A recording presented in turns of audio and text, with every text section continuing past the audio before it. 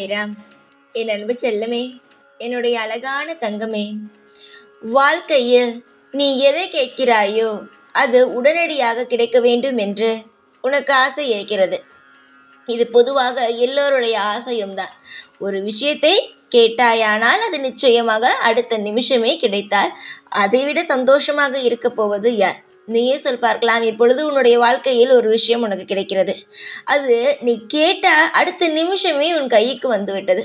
அப்பொழுது என்ன சொல்வாய்? நான் இப்பொழுதுதான் மனதில் நினைத்தேன், உடனடியாக நடந்துவிட்டது. இப்பொழுதுதான் தெய்வத்திடம் வேண்டினேன், உடனடியாக நடந்துவிட்டது என்று சொல்வாய் அல்லவா? அதே போலத்தான் இன்று உனக்கு ஒரு வாய்ப்பு. இந்த வாய்ப்பை மட்டும் தவற விட்டு விடாதே. நிச்சயமாக உனக்கு பேரின்பமானது காத்து கொண்டு இருக்கிறது.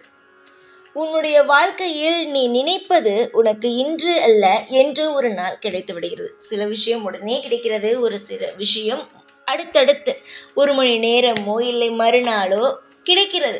ஆனால் எந்த ஒரு விஷயமும் கிடைக்காமல் எல்லாம் இருப்பது கிடையாது.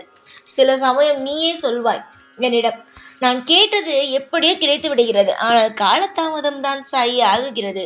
அந்த காலதாமதத்தையும் ஆக்காமல் கொடுத்தால் மன உளைச்சல் இல்லாமல் நான் இருப்பேனே என்று நீ சொல்வாய். எனக்கு உன்னுடைய அனைத்து வேண்டுதல்களும் எனக்கு தெரியும், உன்னுடைய மன உளைச்சல்களும் எனக்கு புரியும். இந்த அளவுக்கு நான் உன்னை கவனித்து கொண்டு தான் இருக்கிறேன். ஒரு இடத்தில் கூட உன்னை நான் கீழே விடுவது கிடையாது. அதாவது இந்த விஷயமா, சரி இந்த விஷயம் செய்யாமல் இருப்போம், அப்படி நான் எதையும் யோசிப்பது கிடையாது. என்னுடைய பிள்ளை என்னை நம்பி ஒரு விஷயத்தை கேட்டுவிட்டது என்றால் அதை நிச்சயமாக கொடுத்து அந்த பிள்ளையுடைய வாழ்க்கையை பெரிய அளவில் ஆக்க வேண்டும் என்பது மட்டும்தான் என்னுடைய ஆசை. ஆனால் சில நேரம் சில விஷயங்கள் நான் கொடுக்காத பொழுது உன்னுடைய மனம் என்ன சொல்கிறது என்றால், சாய் கொடுக்க மாட்டாரோ என்ற ஒரு வெறுப்பை கொடுக்கிறது. ஆனால் இந்த சாயிடம் ஒருவன் ஒரு விஷயத்தை மனதால் அவனுக்கு மிகவும் தேவைப்படுகிறது, மனதால் இது நிச்சயமாக கிடைக்கும் என்ற நம்பிக்கையோடு ஒருவன் கேட்டானால் கண்டிப்பாக அந்த விஷயம் கிடைக்கும். இதில் எந்த மாற்றமும் கிடையாது. உன்னுடைய எதிர்பார்ப்புகள் எது வேண்டுமானாலும் இருக்கட்டும், உன்னுடைய எதிர்பார்ப்புகள் எது வேண்டுமானாலும் இருந்தாலும் உன்னுடைய கையில் நிச்சயமாக ஒவ்வொன்றையும் எடுத்து வந்து நான் தருவேன். காலப்போக்கில் உனக்கு மனதில் சோர்வுகள் ஏற்படும். நான் ஒன்று கேட்கிறேன், ஆனால் தெய்வம் தரவில்லையே என்று. தெய்வம் தரும். எப்பொழுது என்றால் எந்த அளவுக்கு நீ பொறுமையாக இருக்கிறாய் என்பதை பார்த்து. அதாவது ஒரு விஷயத்தை நீ கேட்கிறாய், உடனடியாக கொடுத்து விட்டது என்றால் அதனுடைய ருசி உனக்கு தெரியாது, அதனுடைய வழிகள் உனக்கு தெரியாது என்பது மட்டும்தான். அதனுடைய உபயோகம் எந்த அளவுக்கு உனக்கு முக்கியம் என்பது தெரியாது. ஒரு விஷயம் உனக்கு உடனடியாக கிடைத்து விட்டது என்றால் அதை நீ சுலபமாக துளைப்பதற்கு அதிக வாய்ப்புகள் இருக்கிறது. அதுவே உனக்கு ஒரு விஷயம் கஷ்டப்பட்டு கிடைக்கும் பொழுது அதை அந்த அளவுக்கு ஒரு உயிருக்கு நிகராக நீ பத்திரமாக பார்ப்பாய். அது ஒரு சாதாரணமான ஒரு ஒரு எழுதும் பேனாவாக இருக்கலாம், இல்லை ஒரு சாதாரணமான ஒரு விஷயமாக இருக்கலாம், ஏதோ ஒண்ணு. அந்த பேனாவும் சாதாரணம் என்பது கிடையாது. புரிகிறதா? அது எழுத எழுத நமக்கு எந்த அளவுக்கு உபயோகப்படுகிறது. அது கஷ்டப்பட்டு ஒரு பேனா கிடைக்கிறது என்றால் அதை நீ கீழே போட்டு விடக்கூடாது, எழுதாது என்பதை யோசிப்பார். அதே சுலபமாக பேனா கிடைத்து விடுது என்றால் இது போனால் இன்னொன்று என்று நினைத்து விடுவார். அது ஒரு உதாரணத்திற்குத்தான் சொல்கிறேன். ஏனென்றால் பேனாவுக்கே இந்த விதமான மதிப்புகள் எல்லாம் இருக்கிறது. உன்னுடைய வாழ்க்கையில் நீ கேட்பதோ வாழ்க்கை. அந்த வாழ்க்கையில் மிக அற்புதமான சில விஷயத்தை கேட்கும் பொழுது அதை நான் நிதானமாக யோசித்து பொறுமையோடு தான் கொடுப்பேன். அதனுடைய வழிகள் உனக்கு தெரிய வேண்டும் என்பதற்காக. ஆனால் இப்பொழுது இந்த நொடி உனக்கு ஒரு வாய்ப்பை தரப்போகிறேன். இதை நீ வாய்ப்பாக எடுத்துக்கொள்ளலாம், வரமாக எடுத்துக்கொள்ளலாம், எது வேண்டுமானாலும் எடுத்துக்கொள்ளலாம். இல்லை நான் இதை சோதித்து பார்க்கிறேன் என்று கூட நீ நினைக்கலாம். எப்படியும் நினைத்து போ. இந்த வாக்கினை கேட்கும் ஒவ்வொருவருக்கும் இது ஒரு என்னுடைய சாயுடைய பரிசுதான். நீங்கள் நினைக்கிறீர்கள் சாய் பரிசு தரவில்லை என்று. நேரடியாக எடுத்து வந்து கையில் கொடுக்கும் நேரம் இது கிடையாது. எதுவாக இருந்தாலும் ஏதோ ஒரு ரூபத்தில் தான் உன்னுடைய கையில் வந்து ஒவ்வொரு விஷயமும் சேரும். அதே போலத்தான் இன்று இந்த வாக்கினை கேட்டுக்கொண்டு இருக்கும் பொழுது உன்னுடைய மனதில் சிறிய விஷயம், பெரிய விஷயம் அல்ல, சிறிய விஷயம், ஏதாவது உடனடியாக இது கிடைத்தால் நன்றாக இருக்கும். பணமோ இல்லை ஒரு நபருடன் பேச வேண்டுமோ, ஏதோ ஒன்றை உன்னுடைய மனதுக்குள் நினைத்துக்கொள். மனதுக்குள் நினைத்து கொண்டு இந்த வாக்கில் நான் சொல்லும் இந்த மந்திரத்தை கண்ணை மூடிக்கொண்டு சொல். கண்ணை மூடிக்கொண்டு இந்த மந்திரத்தை நீ உபயோகித்து பார்.